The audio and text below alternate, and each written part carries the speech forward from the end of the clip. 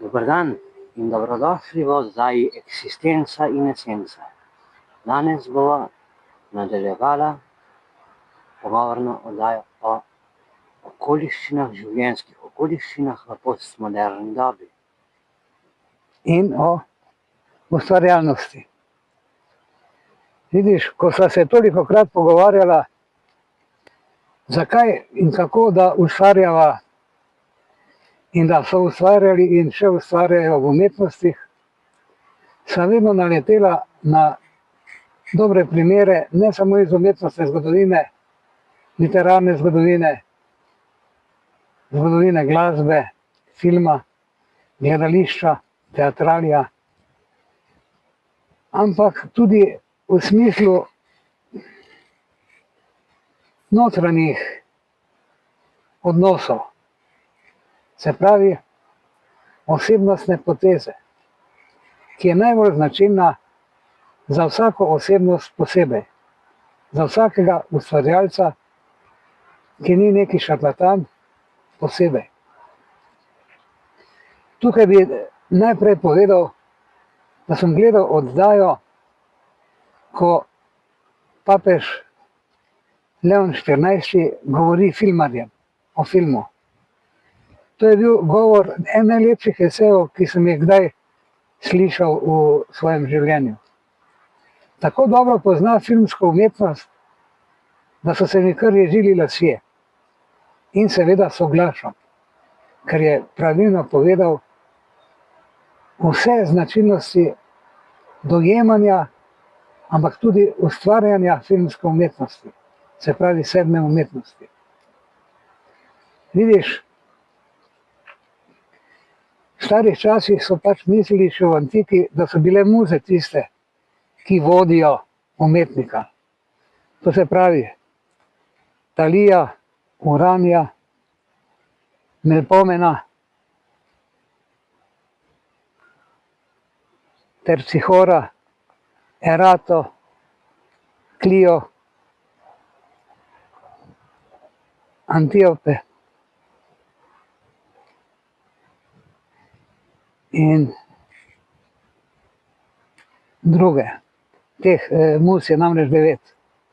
Vsak umetnik v tistem času je bil podrejen muzi, se pravi božanstvo in geniju, ki je potem umetnika peljal v vsaki umetniški dejavnosti skozi življenje. Vzemimo Erato, je ljubezenska in vsakršna poezija in lirika.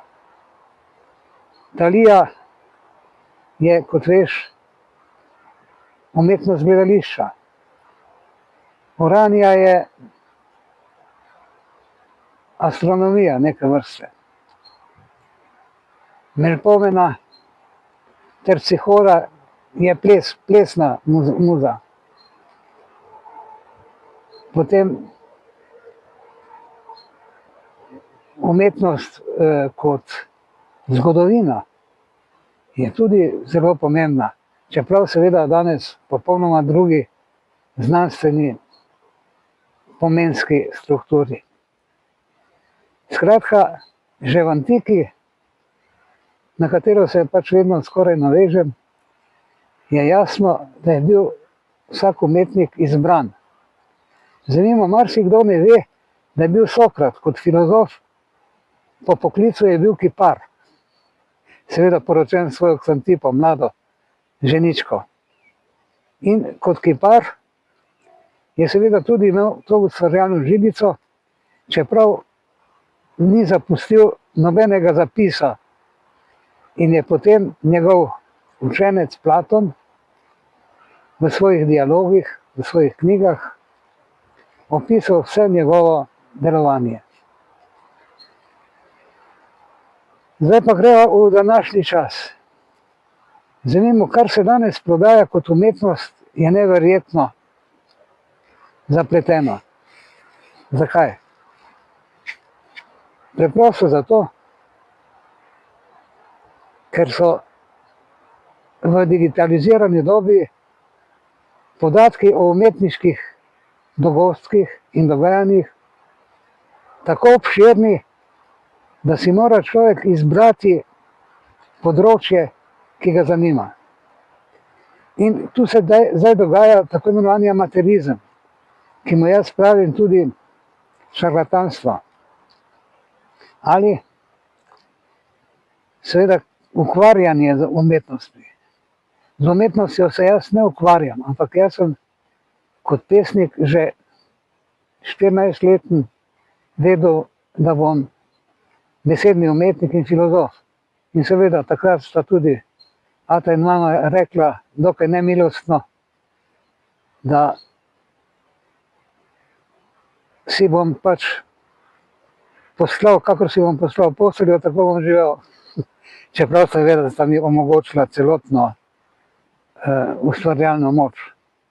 Naprimer, ata mi je takoj, kot sem imel že 14 let, kupil barve, oljne barve, platna in neki slikar, mislim, da je bil Avstrijec, očkov prijatelj, ki je potem izginil, me je prav ostro in strogo naučil, kako mešati paleto, kako napeti platno na slepi okvir in podobno. Hkrati sem pa seveda pisal pesmi. 7 let sem objavil v 7 dni svojo prvo pesem, Basen o mački, ki jo ubije miš. Potem pa dalje, seveda, ko sem imel 13 let in 14 let, sem pa že bil tako rekoč na rekovaju zrel. Tukaj so tudi pomembni vplivi. Name so vplivali ne samo modernisti, ampak tudi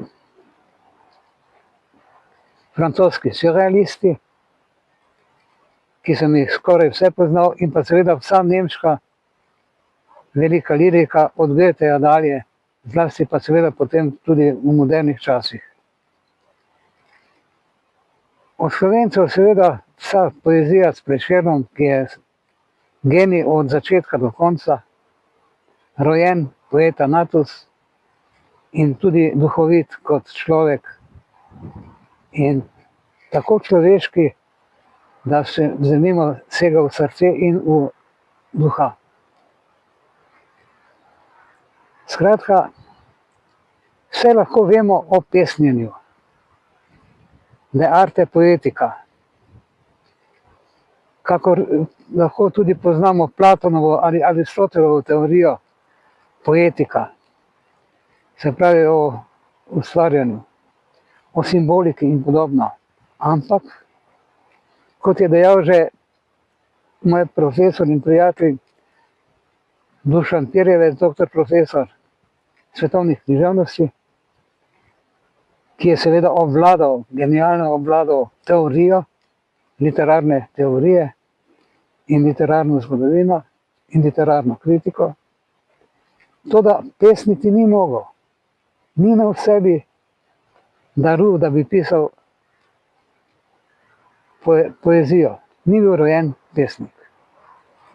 Je pa seveda v svojih esejih in študijah tudi ustvarjalen, se pravi odpira duha in umevanje. Zakaj to pravim? Danes se sklicujejo na literarne teoretike in pri svetovni književnosti ravno ali pri slavistiki je tako, da se vsega da naučiti. Vse lahko veš o sonetih, kako so sestavljeni soneti, kako je Seguidilla sestavljena, Gazela, potem ep in tako dalje. Lahko veš kaj o erotični liriki, o domovinski liriki in podobno. Toda vse to znanje je premalo, da bi človek bil umetnik, pesnik. Se pravi poeta natus. Pesnik je rojen, orator fit. Govornik pa se napravi. Še posebej je to razvidno oziroma slišno v glasbeni umetnosti. Če vzameš vse glasbene skladateljske osebnosti, boš videl, da so vsak zase imeli vsak tudi v svojem času, od, bomo rekli, Mozarta do Benija Goodmana in drugih, do Swinga, da so imeli svoj jaz, svojo slušno podobo, ki seveda človeka, pa naj bo to plesna glasba ali naj bo opera, vedno prepriča čustveno. Če govorim o umetnosti in ustvarjalnosti, bi govoril tukaj tudi torej o nagonu. Poznamo ustvarjalni nagon, ki je dan v vseh dobah in v vseh krajih, v vseh osebnostih in narodih. In ta nagon je tako močan, da je človek, pesnik, tokrat bomo rekli in pisatelj, pripravljen žrtvovati tudi svojo svobodo. Pri čemer se pa vedno pokaže tudi razlika med navadno osebo, običajnim človekom v gospodinjstvu in pa seveda ustvarjalcem. Če vzameš, vzemimo, rusko, slovensko, špansko, nemško, avstrijsko, švicarsko, kaj šele angleško, ameriško umetnost, v vseh teh zvrsteh boš videl, da boš vedno preko tega instinkta, ki ga začutiš, v primeru v glasbi, presunjen. In ne moreš nehati poslušati. Moraš poslušati tisto, kar ti srce razgrne v neko novo vesolje. In tukaj glasba seveda nima meja. Drugače je zdaj spet besedna umetnostja. Verba volant scripta manent. To ne velja samo za pravo in druge družboslovne vede, ampak velja tudi za literaturo. Kajti samo zapisane tekste imamo ohranjene, mimo seveda ustnega izročila od mojega ljubega starega Homerja naprej. No in tako pridemo preko instinkta do čustva in preko čustva do umevanja in zavesti. Premalo bi bilo, če bi človek samo čustveno nekaj brenkal, kot se to dogaja v popevkarstvu, ki seveda ni umetnost, ampak je pa aktualno glasbeno delo. Tako ugotoviš, da je vsako delo nastalo v svoji dobi. In tukaj nastopa tako imenovana zgodovina umetnosti, ki ni umetnostna zgodovina, ki pripada seveda likovnosti in likovnim strokam ali literarni zgodovini in tako naprej. Ampak spoznavaš, kako se je razvijalo od renesanse naprej, vzemimo, od renesanse naprej do racionalizma ali razsvetljenstva, vse do romantike in danes, potem do realizma, do socialističnega realizma ali socrealizma, vse do strukturalizma. In če pogledaš, vzemimo romane, ali pa tudi pesmi, kakor so se pojavljale in zlasti seveda v gledališki ustvarjalnosti, boš videl, da obstaja, na primer pri Shakespearju, imaš tele kraljevske drame, ki obravnavajo življenje kraljevin in kraljev v Angliji, kar seveda človeka pretrese. Najznamenitejši je tukaj, ne bom rekel zdaj Henrik VIII, ampak zame vsaj osebno Hamlet, ki pravi na koncu nekaj gnilega je v deželi Danski. Kar pomeni tudi danes za marsikoga pravilo države in državnosti. Da nekaj gnilega je v deželi Slovenski. No in to umevanje pove, da umetnik ni neki naivko, ki nič ne ve, ampak je strašno izobražen. Zanimivo, če vzameš Quintus Horatius Flaccus, rimski pesnik, znameniti pesnik, da je tudi poznal zgodovinske razmere in je opeval državnike. Prav tako skoraj vsi rimski pesniki. Tudi Ovidius Publius Naso in drugi. In poznali so tudi takrat mitologijo. In danes, vzemimo, pa manjka pri marsikomu ravno ta umnost. Premalo se seznanjajo s preteklostjo in potem ponavljajo, kar je že odkrito.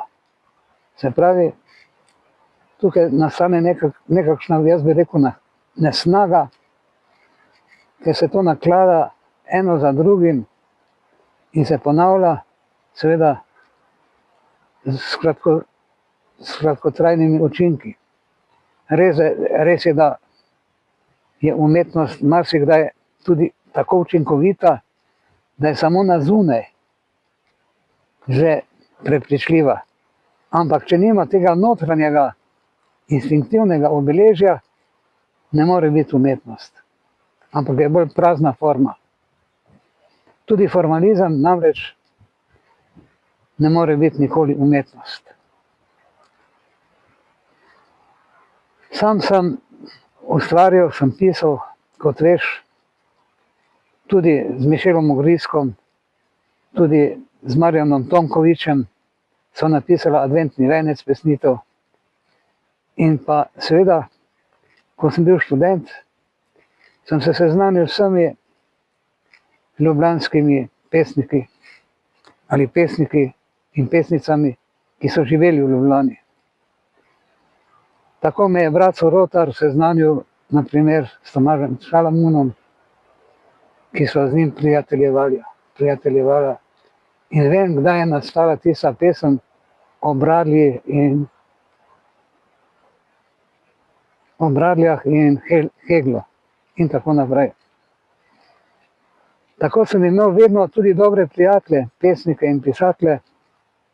Tu bi naštel tako v Mariboru kot v Ljubljani. V Ljubljani bi povedal anekdoto.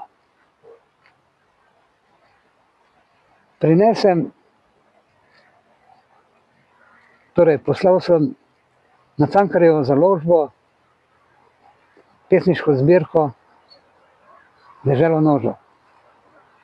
In potem je urednik Cene Vipotnik napisal, naj se oglasim pri njem, da se oglasiva, da se dogovoriva, kako bova uredila to zbirko. Seveda sem se strinjal in pisal mi je v Maribor. Oglasil sem se v Kanarčku, v Ljubljani, v nadstropju, seveda in prišel do njegove uredniške sobe. Bil je ves oblečen v belo. Potem, ko prijem v sobo, lepo pozdravim, mi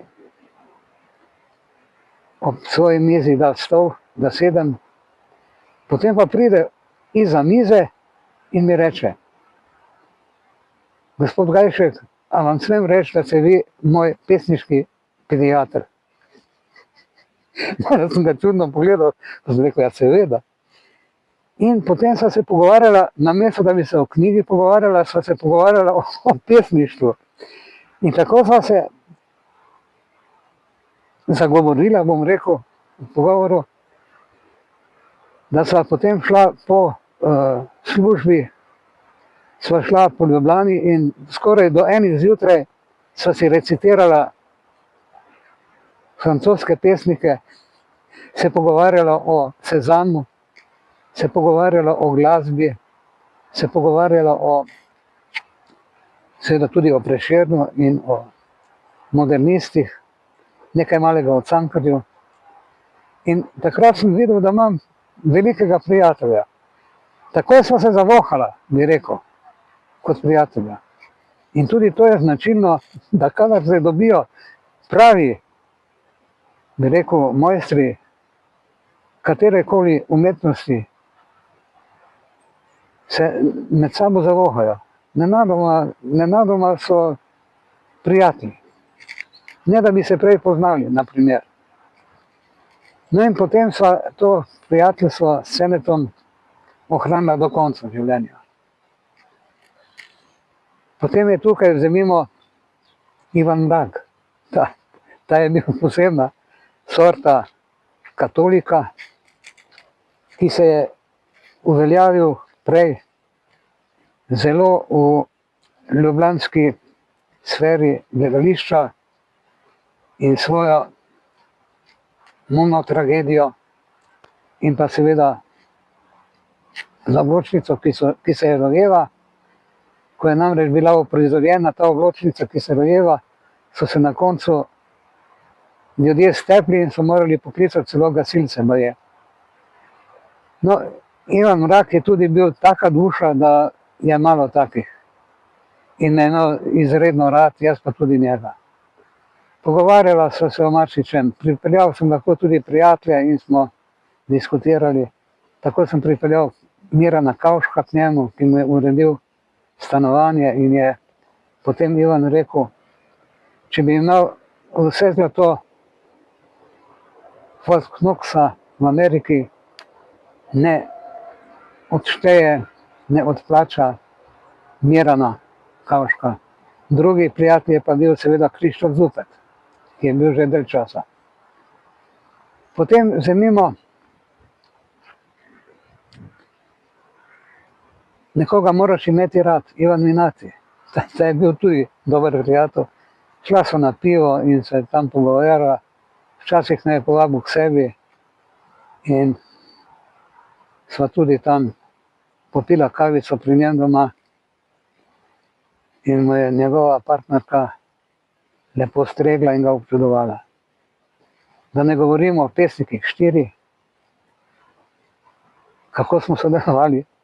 Ne glede na neke ideološke zamere in prepreke, smo bili skupaj. Kajti nismo se obnašali ošabno ali pa naduto in napuhlo in zamerami. Med temi vzemimo omenim Kajeta Nakoviča. Naj jo je z mamico Jeleno povabil Kajo, da smo se vozili okoli. Tudi sva nastopala v Avstriji. Pripovedoval mi je, ker je hodil tudi na klasično gimnazijo v Mariboru, o svojih profesorjih in sva našla skupni jezik, takoj, prijateljsko. Potem Čiro Zlobec, ki je bil sicer, kot veš, komunistični agent, ampak kot urednik, tu mu pa kapo dol, tukaj je pa ne glede na to, če je bil katolik, dober pesnik ali drugačnega prepričanja, ga je objavil v Sodobnosti, v reviji Sodobnost. Tu je bil širok. Medtem ko v politiki je pa bil seveda strogo noro ozek. In Čiro mi je povedal o svojem življenju take stvari, da se mi tudi včasih ježijo lasje.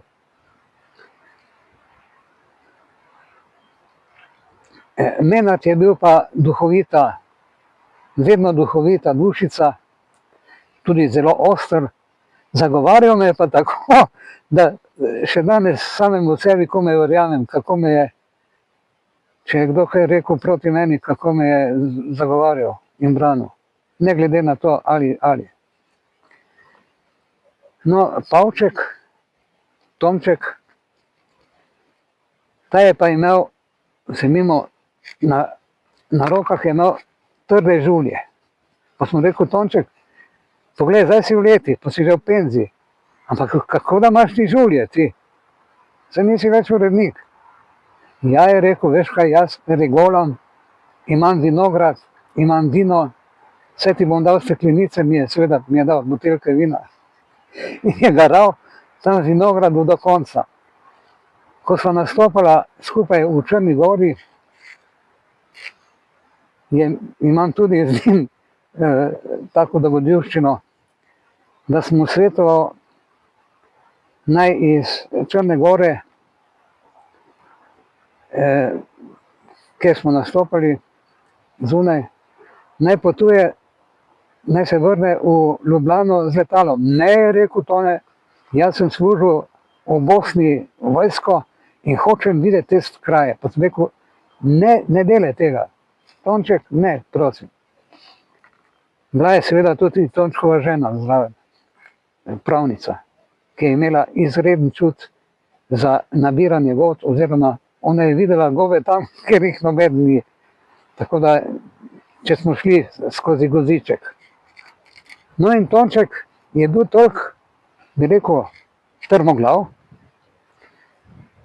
da ni potoval v Ljubljano z letalom, ampak z vlakom. In kaj se zgodi? V mestu, kjer je služil vojaški rok, je razsajala neka huda kužna bolezen in revež je zbolel skoraj na smrt. Mislim, da je ležal 1 mesec. In se potem vendar rešil. In potem sem mu rekel, veš kaj, Tonček, če bi me poslušal, pa sem videl, da sem imel prav. Ja, je rekel, ja, veš, tako je pač življenje. Potem je tukaj Lojze Krakar, čudoviti fant, človek. Z njim sva šla ponavadi v Kolovrat, gostilno, in sva si naročila malo mešano, to se pravi gola šlampe. In seveda on je pil pivo, jaz pa kavo. In tudi sva se pogovarjala od Goetheja do Puškina, od Moderne do tudi njegove poezije. Skratka, ta srednja generacija je bila svojevrstna. Takrat so se nekateri tudi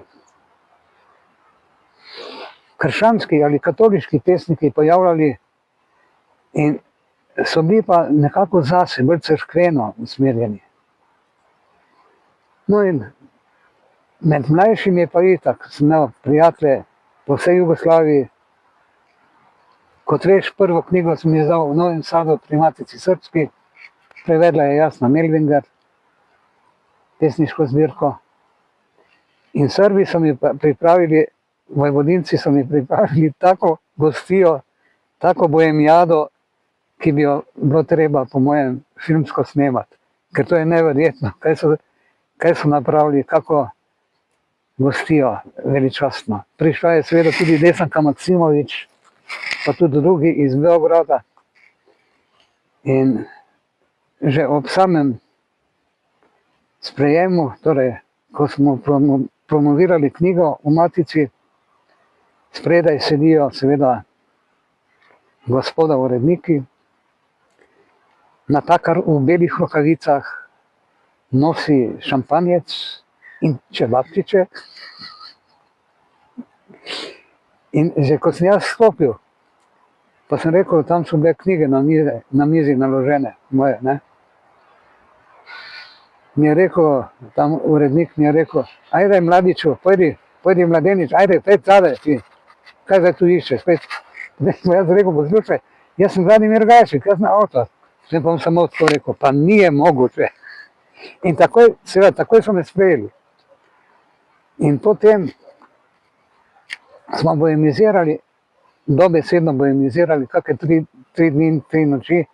Ostal sem še več časa tam, ampak tiste 3 dni imam v spominu nepozabno. Kasneje sem seveda tudi s temi hrvaškimi in srbskimi in bosanskimi pesniki in črnogorskimi sodeloval. Imam cel kup anekdot. Nadaljujeva? Drugič? Da. Srečno.